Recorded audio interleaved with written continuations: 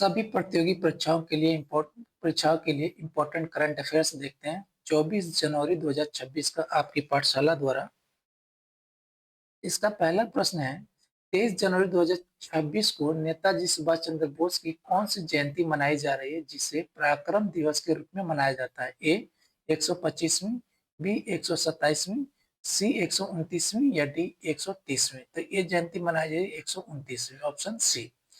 नेताजी सुभाष चंद्र बोस का जन्म क्या 23 जनवरी 1897 को कटक उड़ीसा में हुआ था। उनकी 129वीं जयंती मनाई जा रही। उनके साहस और राष्ट्रभक्ति को सम्मान देने के लिए भारत सरकार ने 2021 से इस दिन को पराक्रम दिवस के रूप में घोषित किया है।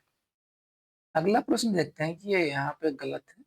ठीक है, अगला प्रश्न देखते हैं, सुभाष चंद्र बोस आपदा प्रबंधन 2026 के तहत व्यक्तिगत श्रेणी में किसे सम्मानित किया गया? ए डॉक्टर प्रमोद कुमार को, B lieutenant colonel Sita Ashok Selke को, सी मेजर राधिका सेन को या डी डॉक्टर आर के सिंह को? तो ये सम्मानित किया गया व्यक्तिगत श्रेणी में ये लेफ्टिनेंट कर्नल सीता अशोक सेल्के को।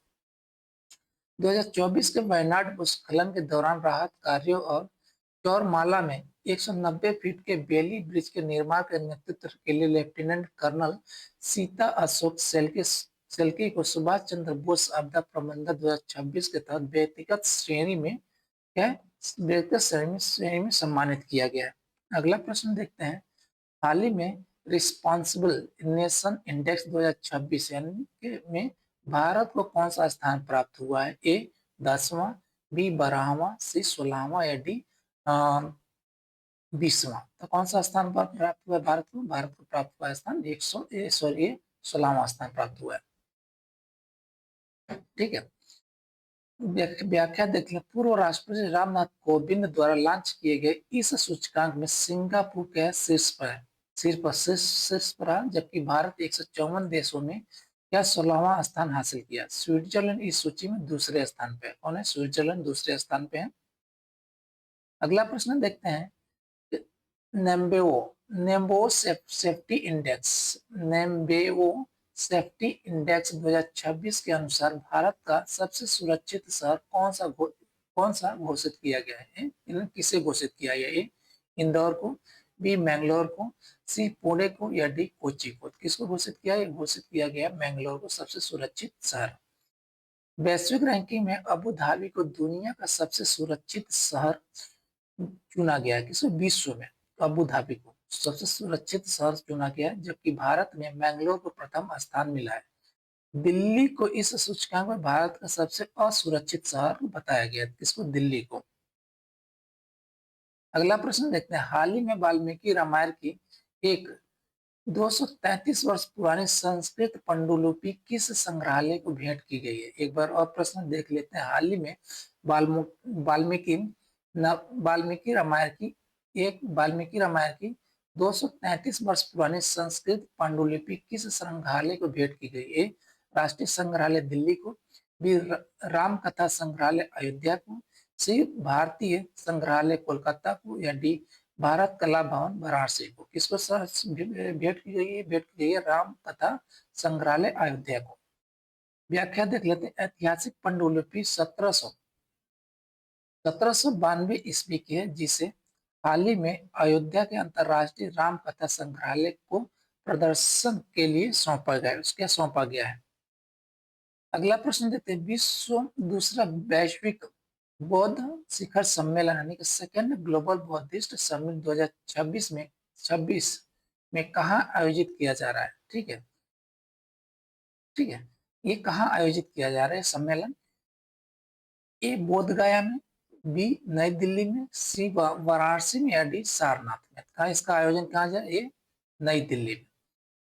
24 से 25 जनवरी 2026 को भारत मंडपम नई दिल्ली में इस सम्मेलन का आयोजन किया जाएगा। इसकी थीम है collective wisdom United voice and mutual coexistence है, इसका थीम है। अगला प्रश्न देखते हैं, राष्ट्रीय स्वास्थ्य प्राधिकरण यानी कि NHA राष्ट्रीय स्वास्थ्य प्राधिकरण ने हाल ही में किस IIT संस्थान में स्वास्थ्य सेवा क्षेत्र के लिए क्या फेडरेटेड इंटेलिजेंस हैकाथन का आयोजन किया? ए आईआईटी दिल्ली में, बी आईआईटी मद्रास में, सी आईआईटी कानपुर में या डी आईआईटी बॉम्बे में? तो इसका आयोजन कहाँ पर हुआ? आईआईटी के कानपुर में। स्वास्थ्य डेटा सुरक्षा और एआई आधारित समाधानों को विकसित करने के लिए आईआईटी कानपुर में इस विशेष कार्यक्रम का आयोजन किया गया।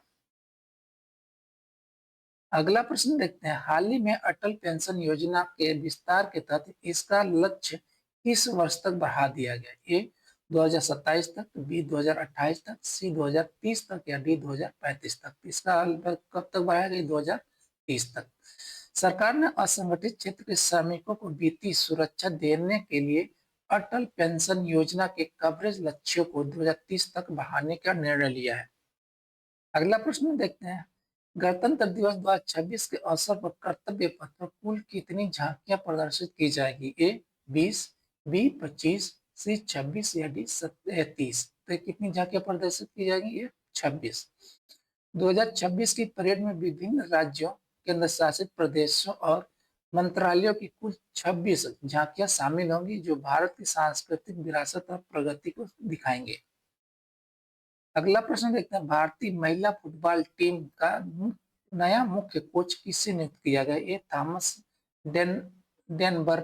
डेनरबी को, बी अमेलिया वालवर्डे को, सी मैमोल राकी को या डी चाओ यून को? तो किसको किसको चुना गया है? ये नियुक्त किया गया ये अमेलिया वालवर्डे को। ठीक है। कोस्टारिका की अमेलिया वालवर्डे को भारतीय महिला फुटबॉल टीम के विकास के लिए नया कोच नियुक्त किया गया है। अगला प्रश्न देखते हैं, हाल ही में किस देश को अमेरिकी राष्ट्रपति डोनाल्ड ट्रंप के बोर्ड ऑफ पीस में शामिल किया गया है जिस पर इजराइल ने आपत्ति जताई है? ए तुर्की को, बी ईरान को, सी पाकिस्तान को या डी कतर को? किसको? ये पाकिस्तान को, ऑप्शन सी। ट्रंप प्रशासन द्वारा गठित शांति सलाहकार बोर्ड में पाकिस्तान के शामिल होने पर इजराइल ने अपनी चिंता व्यक्त की है। अगला प्रश्न है, आवारा कुत्तों की देखभाल के लिए पंजाब का पहला डॉग सेंचुरी किस शहर में खोला गया है? ए अमृतसर में, बी लुधियाना में, सी पटियाला में या डी जालंधर में? कहाँ खोला गया है? ये खोला है लुधियाना में। लुधियाना में आवारा कुत्तों को आश्रय और चिकित्सा सहायता प्रदान करने के लिए राज्य का पहला समर्पित केंद्र शुरू किया गया है।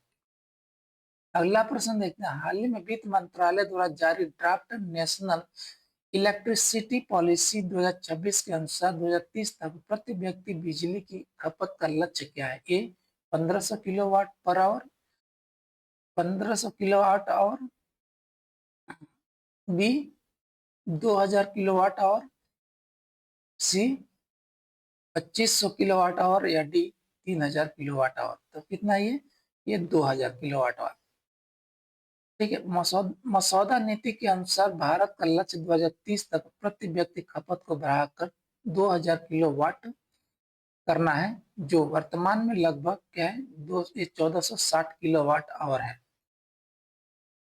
थैंक यू जी, धन्यवाद।